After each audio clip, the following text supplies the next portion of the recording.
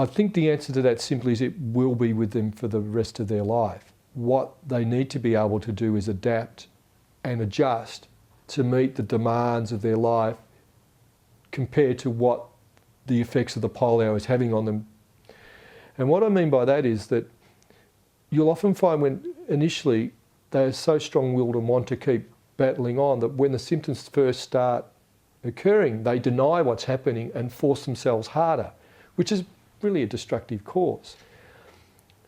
The sensible thing to do would be to sit back and say, I can't do this anymore in this way, I need to adapt. But that's not the way we operate in our response to a challenge. So the first response is to, I'm going to beat this. But the problem is they don't have the reserves to beat it after time. And it wears them down. And it's often 4 or 5 years down the track from the time when they first started having their symptoms that the situation arises that they get into a bit of trouble and then they present.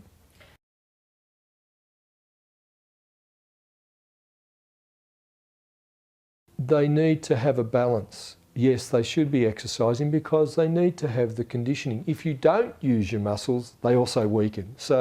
But it needs to be a balance of light aerobic activities and maybe some light resisted activities. But you don't do it to the point of exhaustion, which tends to be a challenge for the polio survivor who is an achiever.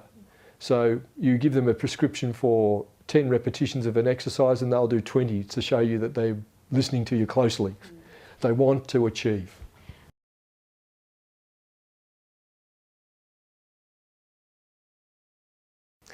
You actually don't diagnose it by looking at the person.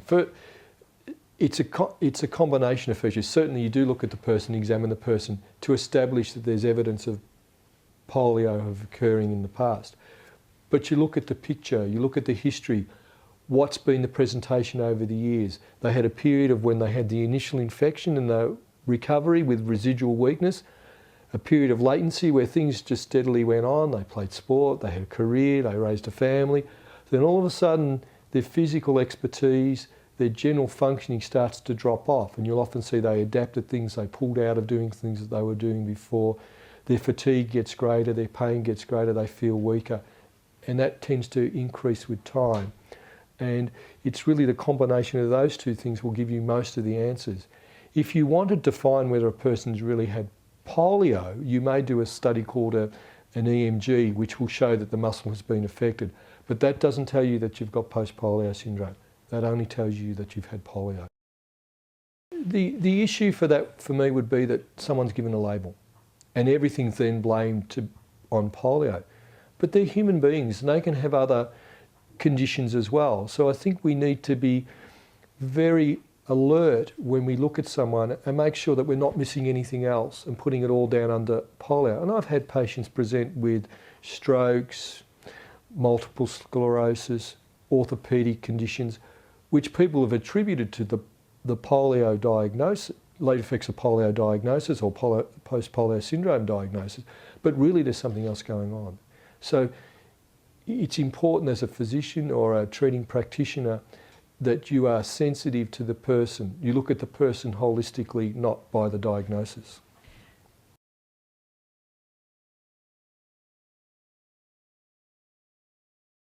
They can have a variety of pains. There can be the specific joint pains, the soft tissue pains. They can have gnawing pain. It can disturb their sleep.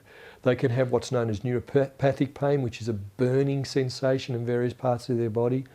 They can have sensations of extremely cold limbs, which at this time of year in winter is particularly problematic and very difficult to treat.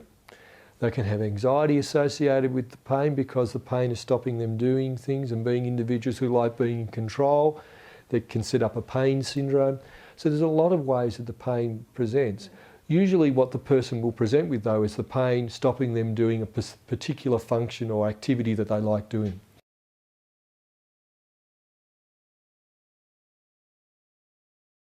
Well, usually an individual will have a weak limb, which may be getting weaker, but they also find that they're getting weaker in other limbs. One of the problems is when we medically examine someone, we often do what we call a confrontational test, where we just test it once or twice. But if you look at what happens with the polio survivor, they can do the activity for a while and the weakness sets in. So when we really test people, we should test them functionally and repeat the activity a number of times to watch the propagation of the weakness.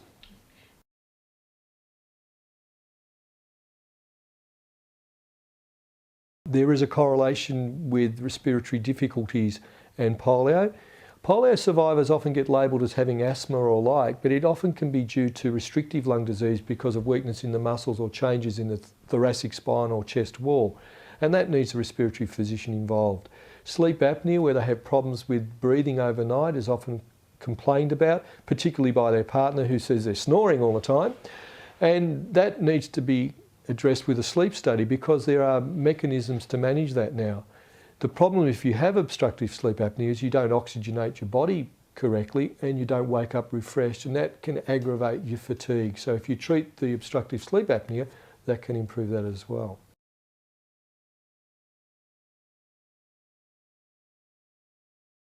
Sometimes you've got to address the psychological issues of the loss of control.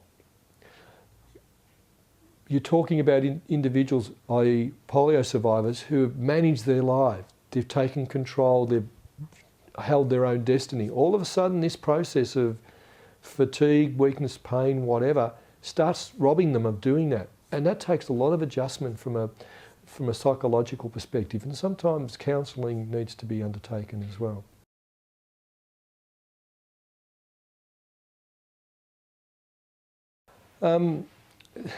That's a very good question, because it's hard to know, because often the individuals are unaware or don't want to know about these diagnoses to start with.